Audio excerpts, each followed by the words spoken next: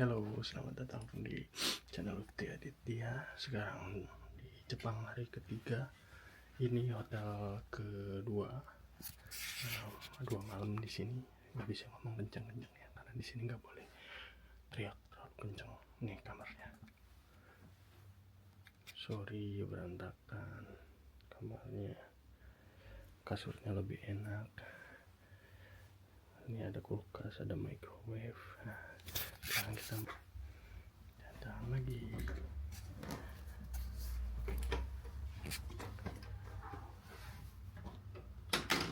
Kunci kamarnya kayak gini nih.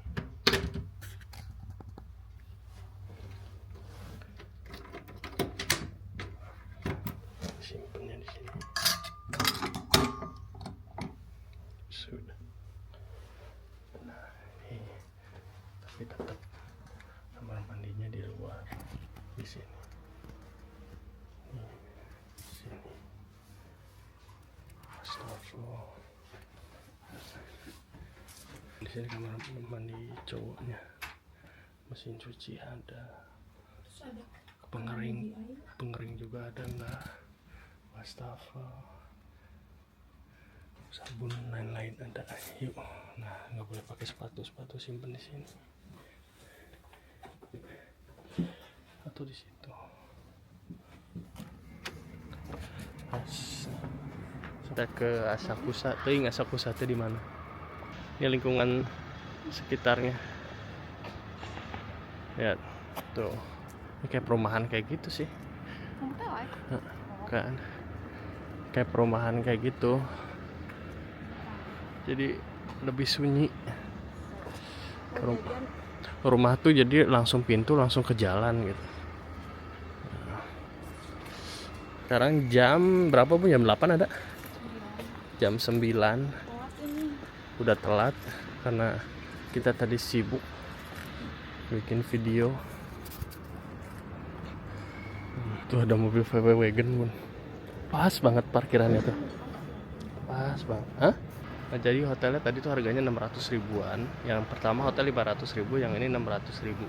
Jadi kalau 600 ribu dapetnya kayak gitu. Kalau 1.500.000 ke atas itu udah bagus. Kamar mandinya di dalam. Kalau yang 500-600 bentuknya hostel. Kalau saya sih nggak jadi masalah gitu ya. Aman-aman aja. Nah sekarang kita ngobrolin tentang, ada yang nanya berapa sih biaya ke Jepang sama gimana di Jepang. Yuk kita cerita. Kamu sambil maps atau? Iya. Jalannya bener nggak? Tadi salah ke sini. Tadi ke sana salah. Jadi oh benar. Tiket yang 2 jutaan. Tiket dulu deh. Tiket dulu tuh 2 jutaan ya. 3 juta sekian ya bolak-balik ya. Enggak lagi promo kemarin. Aku kan lagi high season, soalnya lagi autumn kan. Jadi emang agak mahal, dapat yang 2.300.000.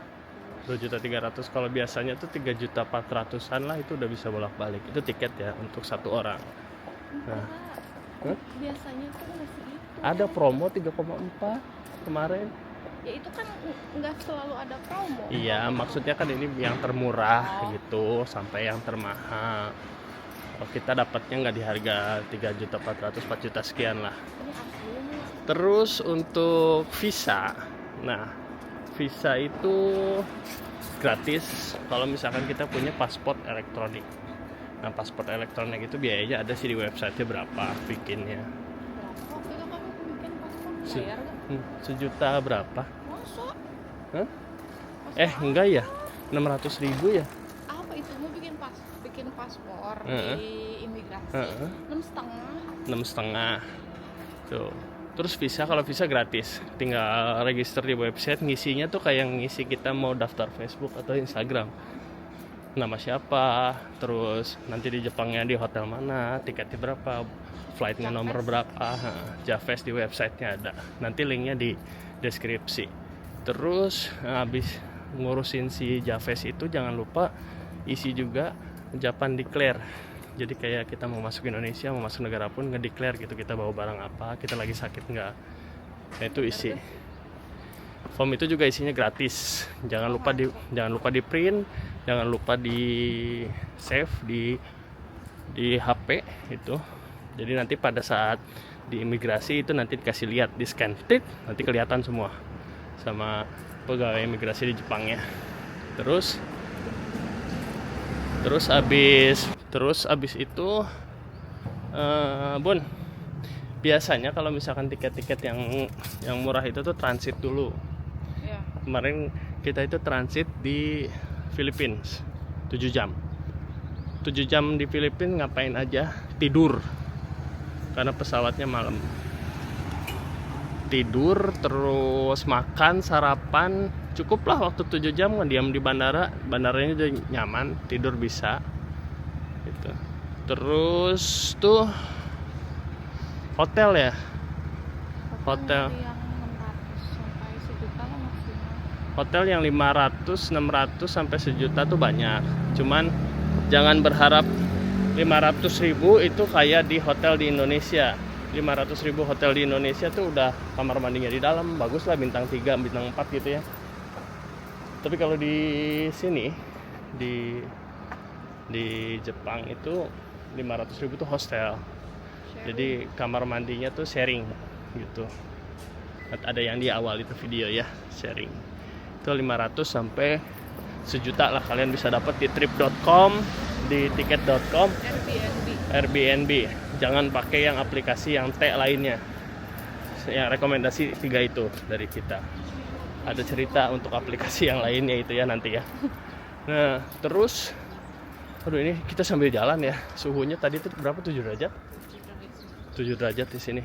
Terus hotel, makan. Nah, makan itu sebenarnya ini hal yang paling sensitif untuk orang Indonesia ya. Sensitifnya pertamanya tuh haram dan halal. Nah, untuk mencari makanan halal itu bukan sulit, tapi kita harus teliti. Restoran halal banyak, cuman kalian harus cari penginapan yang dekat dari hotel yang dari restoran yang halal itu. Kalau misalkan ada waktu pas kita nginep di Shinjuku dekat hotel. Dari Shinjuku ada. Terus kalau misalkan harga makan berapa? Sebenarnya kalau kalian makan di minimarket itu tuh dari mulai 30.000 sampai 50.000 udah dapat satu porsi makanan gitu. Tapi kalau di restoran 50 sampai 100, patokannya itu aja. 50 sampai 100.000 kalau di restoran. Makanya mun orang keur ngevlog kita orang-orang sana mau ngeliat.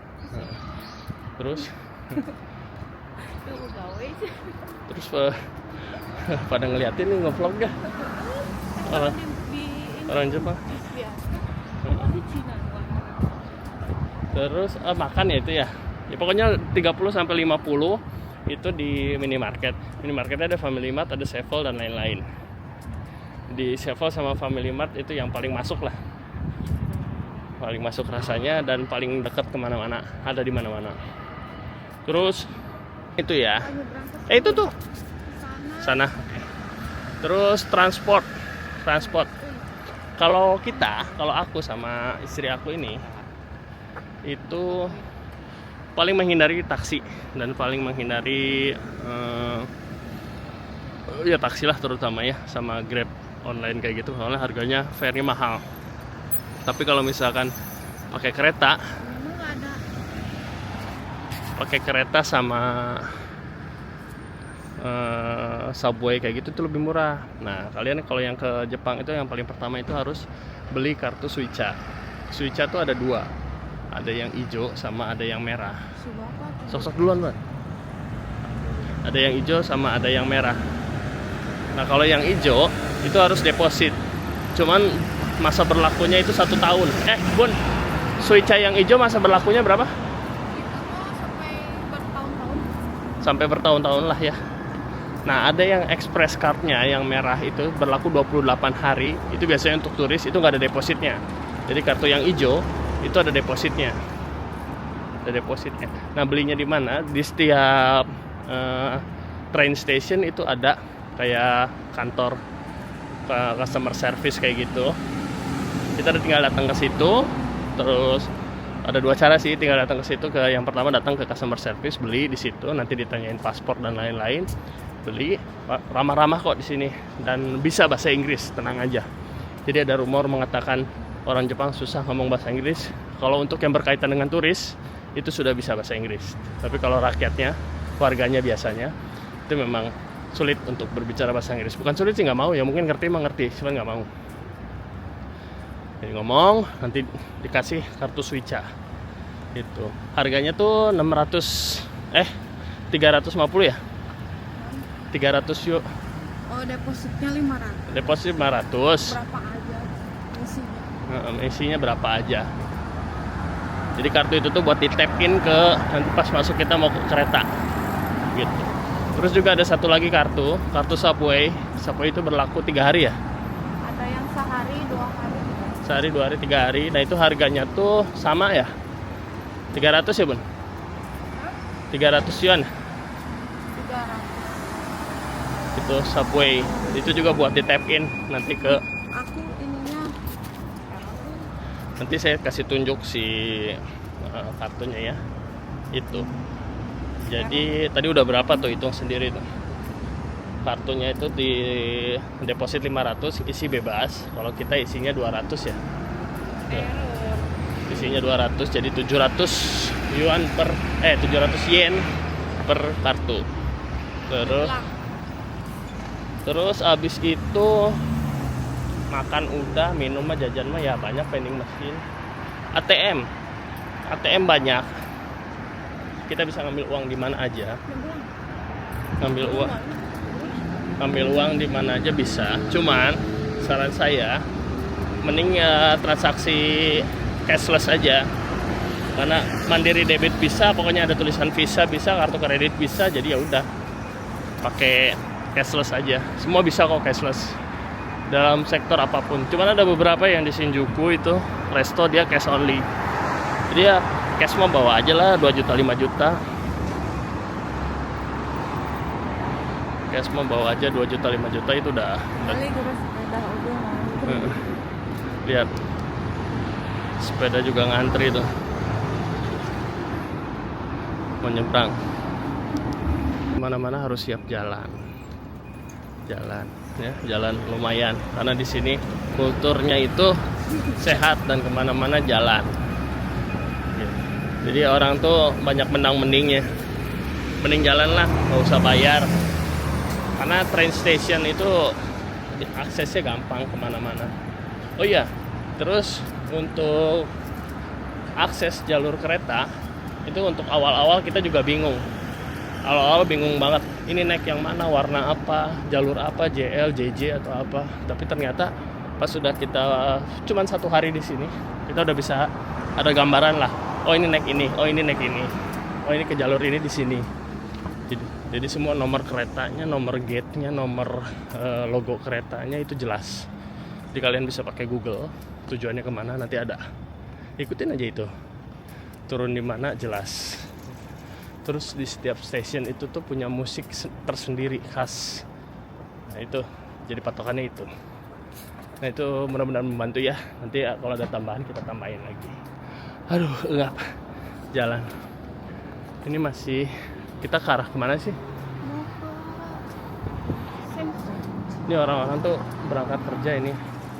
Nah, ini Lawson sih kelihatan jarang ya di sini. Lawson kelihatan jarang di sini. Tuh ini juga turis dari mana nih nggak tahu nih, baru keluar hotel. Nah kalau hotel ini mahal nih, 2 jutaan ada ya? Ada lah, 1.500 2 juta. Hotel pasti mahal. Tapi kalau misal, tapi kalau misalkan bukan hotel, hostel itu lebih murah. Hostel lebih murah, jadi ya kalau misalkan yang mending kayak saya sih mending hostel aja lah. Tidur masih nyaman kok, ada heater. Nah teman-teman kalau misalkan kalian nggak punya tempat parkir tapi punya mobil, kalian bisa ada tempat parkir di sini. Logo P dan 24 itu udah pasti logo parkir. Bisa pakai kartu, ada 4 jenis kartu bayarnya kayak e-money kayak gitu. Nah itu biayanya nih. Dari jam segini sampai jam segini berapa? Tuh. Di Jepang kayak gitu. Dan terus kalau misalnya udah parkir itu mobil dikunci. Jadi bawahnya tuh ada separatornya, jadi mobil nggak bisa maju mundur, nggak bisa kabur. Gitu. Jadi kalian beruntung banget yang di Indonesia bisa parkir di mana aja, nggak usah bayar, paling bayar berapa ke yang jaga parkir. Di negara yang membuat mobil terbanyak, parkir malah jadi susah di sini, bayar mahal.